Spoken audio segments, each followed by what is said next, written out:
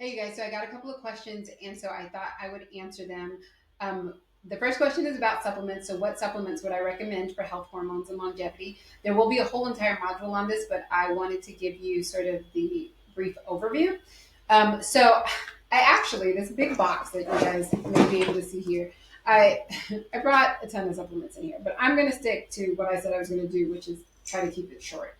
So, the things I recommend. So a multivitamin. This is just one that I really like. I'm really particular about the types of supplements I take and the brands. And I'll talk about that in the supplement module. But professional grade supplements is the way I go. And so that's why I send you guys the ones that I like because it just saves you the headache of having to go to GNC and look through all the different brands. But so this is one that I like. I have one with iron because I'm iron deficient. So that's something that you can actually test. If your iron or your ferritin levels are low, you might want to do a multivitamin that has iron in it. The other thing to think about with multivitamins is whether or not it has methylated B vitamins in it. So you want B vitamins, but oftentimes having the active form, which are the methylated forms of B vitamins. So you would know that because it will say methylcobalamin. So it will have methyl in front of it instead of like cyanocobalamin. That's just a type of B12. So you want the methylated forms. Um, Now, most multivitamins will have vitamin D, which is my next supplement I'm going to talk about, and will also have B vitamins. I'll talk about when you might want to do additional vitamin D or B vitamins on top of what's in your multivitamin. But for general wellness, a good quality multivitamin um, is essential, with or without iron, depending on your iron needs. So the second thing I'm going to talk about is vitamin D. And of course, I didn't bring that in here. But whenever you do vitamin D, you want to think of vitamin D with K2. K2 is vitamin K2, and that helps keep calcium out of your blood vessels. Not going to talk about that right now, but just know that you want to do vitamin D with K2. So, how much vitamin D? So, it depends on your levels. So, you can go as low as 1,000 international units to 5,000 international units a day. Some people will do up to like 50,000 international units a week. I prefer the daily dose as opposed to the weekly dose. But you want to get your vitamin D levels when you get them checked. Your 25 hydroxy vitamin D levels above 50 nanograms per milliliter.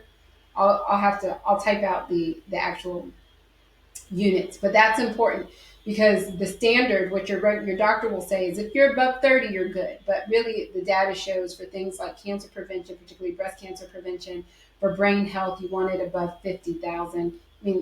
50, but below 80. That's pretty much the range. Some people will push it to 100, but somewhere between 50 and 80 is what your blood levels of 25 hydroxy vitamin D should be, and that determines your dose. But if you just wanted to, you didn't test your levels and you just wanted to know what was a good dose, I would say somewhere between 1,000 to 2,000 international units. That's usually not going to get you where you need to go, but that's a safe dose to take if you're not testing. The other supplement I recommend, I talk about this a lot, is magnesium. Where all of us are deficient in magnesium, magnesium is essential to women's health.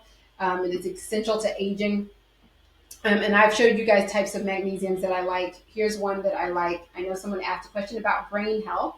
So this one is Neuromag, and it's just one of the types that I like. And it's magnesium glycinate, malate, and L-threonate. I talk about using magnesium for brain health, muscle cramps, sleep. You want to use those types, L-threonate and glycinate. If you're trying to use magnesium for constipation, you want to use mag oxide.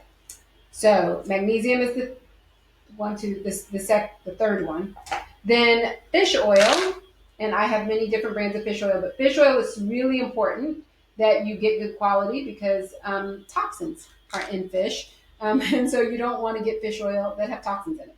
So what's a good dose for fish oil? So fish oil typically has EPA and DHA, unless you are using I guess let me be more specific, omega-3 oils, because you don't have to use a fish source. So if you're a vegan or vegetarian and you don't do fish, you can do this in the form of like flaxseed.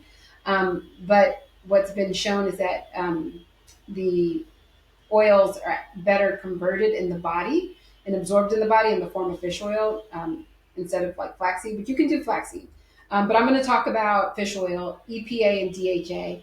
Um, the varying degrees or amounts of EPA to DHA depend on your age and a lot of different factors. But usually, and this is what's quite interesting, for like therapeutic levels to like reduce inflammation in the body, you need somewhere upwards of like 3 to 4 grams.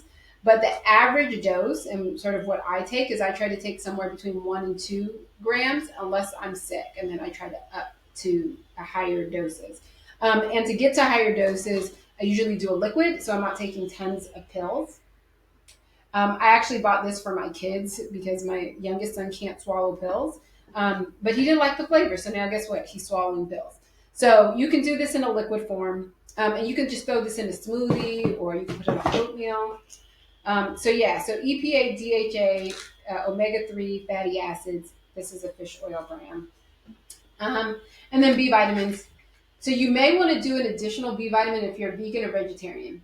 And if you get your levels checked and your homocysteine levels are high or your vitamin B12 levels are low. So really quick, because someone asked about brain health, B vitamins are an essential thing to be checked if you're concerned about memory or cognition.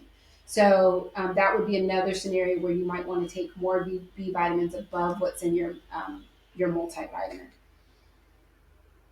Okay, so that's everything. I will tell you that at the end of the program, everybody will get a recommendation for a med pack that I put together. So this is my med pack. Basically, it allowed me to put the vitamins that I recommend for general health into like little packets like this, so that you guys don't have to think about this. So I'd already thought about it, and so in that packet, it will have exactly the things I'm telling you. It has a multivitamin with methylated B vitamins, vitamin D.